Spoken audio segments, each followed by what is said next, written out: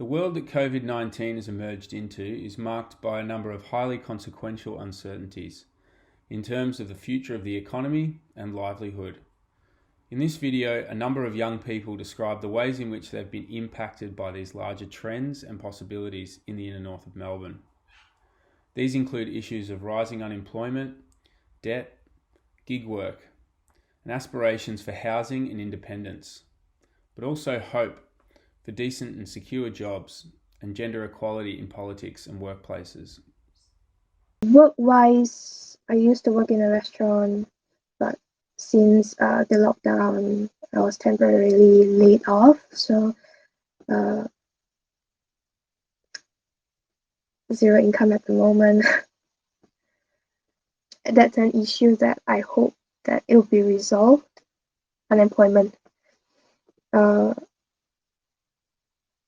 Because I'm personally worried that I'll be stuck in the world of unemployment for an extended period of time, since I'll be graduating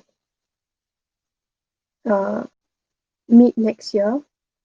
I was working on Officeworks part-time for the last 6 years, but unfortunately that has gone the way of all the other jobs at this time due to COVID-19 and gone away. My generation is going to have to be fixing that, as well as paying off uni fees or whatever. I think that's really scary to think about. We're still not going to be able to afford a house. So many people have endured so many hardships, and it's so devastating. But hopefully in the new year and the years to come, we can build towards being more prepared for something like this. And obviously not because the steps taken to contain this were wrong or anything, but just we've lived through a pandemic now, and it's like we know what it's like. So, you know, just coming to appreciate more what the future has to hold.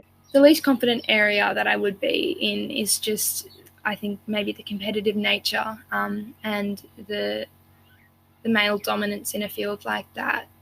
The people around me just encouraging me and telling me that I can do it.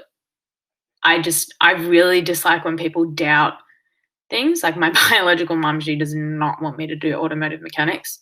I want to have been able to say when I'm old and, you know, frail, I want to be able to say that when I was younger, I did get to do all the things I wanted. And I think just resilience is a skill I need to keep up, in the sense for getting this stuff in the future, because, you know, it's obviously going to be a bit harder because, you know, going through this at this age is quite difficult, because it's kind of like this is the time where you set up what you really want to do in your life. COVID has totally changed my view on like where I was going with my life and what I was doing, because I thought I would be working in like outdoor education, working on a ship, but because I haven't been able to do that, and then I've totally changed into a different course. My future hopes and aspirations are to hopefully have a full-time paying job in something that I can manage and enjoy. I'd like to own somewhere where I can live independently, maybe a unit or a house, or otherwise that I'm happy at being at home now. And I like to also keep my support workers, for example, like my OT, my speech therapist, my counsellor, my family, to keep guiding me in the right direction for further independence and being more confident in what I do with my life. Whether it ends up being in Shepparton in the country or Geelong down near the beach, I think moving out of home and going somewhere new would be such an amazing experience. And I like to think that in 5 years, when I'm in my 20s, that I would be ready and able to financially support myself.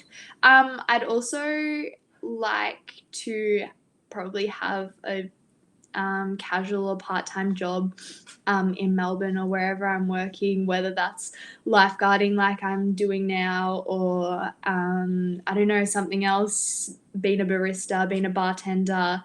I'm not sure about that, but I assume I would have part-time work. So my future,